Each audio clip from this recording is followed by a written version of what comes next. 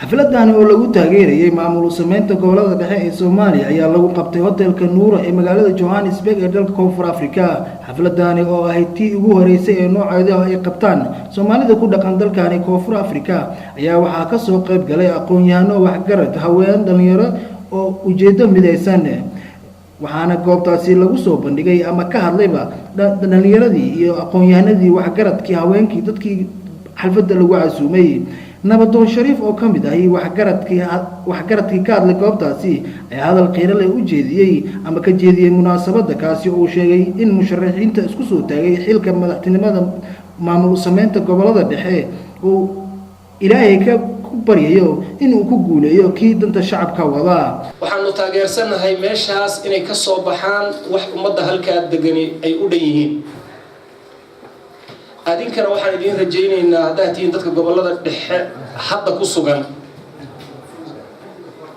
midnimo iyo muwaafaqo khayr qabta oo aan Soomaaliyana dib ku soo kordhin deegaankaasna aan wax dhib ku soo kordhin horumar iyo wanaag iyo barwaaqo iyo khayr u horseed. waxaana malkaasi lagu soo bandhigay boor aad u weyn oo ku sawiran yihiin ku dhawaad 7 musharax oo u taagan xilka qabashada maamul goboleedka gobolada dhexe ee Soomaaliya.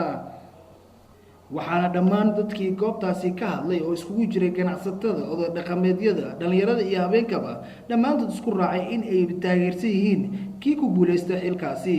waxaana hadaladoodii kamid ahaa cadayaray cadaaday godin laba gargaaray gidays garab ka saaray baxda badarka geeyay gobolkan uu buuxay.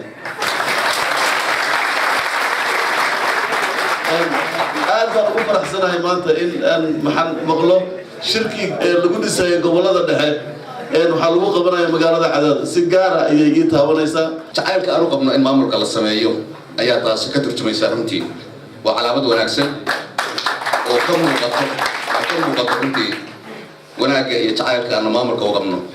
ilaahay waxaanu ka rajaynaynaa inuu khayr noo yahay maamulku inuu noo qabsoomo noo dhismo aanu ku najaxno.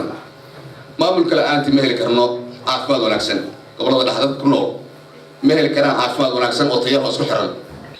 dhammaan musharaxiinta mahad baan u celinayaa waxaan u mirahaynayaa yo murtida iskale codkayga aan siiyayo caawo ugu shuba oo xasanina nuur qalahado حسنين نور قلهادو حلقه ذكرى حكومة لودي بنكره حيل الله ياهي حكومة لودي بنكره حيل الله ياهي حكي سكودنا هايو حاسني ما أقول.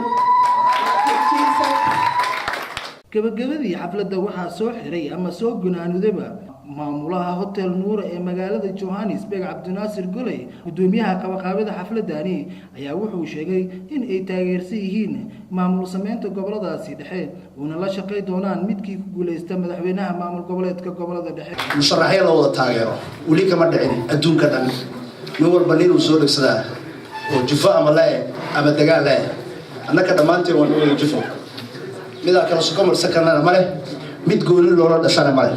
waxaana la dhashay kii diinta iyo dhaqanka iyo Soomaalinimada iyo darisnimada oo dhowra oo ku guuleysta maxaa la dhahaa doorashada. waxayna xalfadda ku soo dhamaatay jabi aad u wanaagsan. Idriis Sheekh Axmed Guure, telefishinka caalamiga ee Kalsan, magaalada Johannesburg, dalka Koonfur Afrika.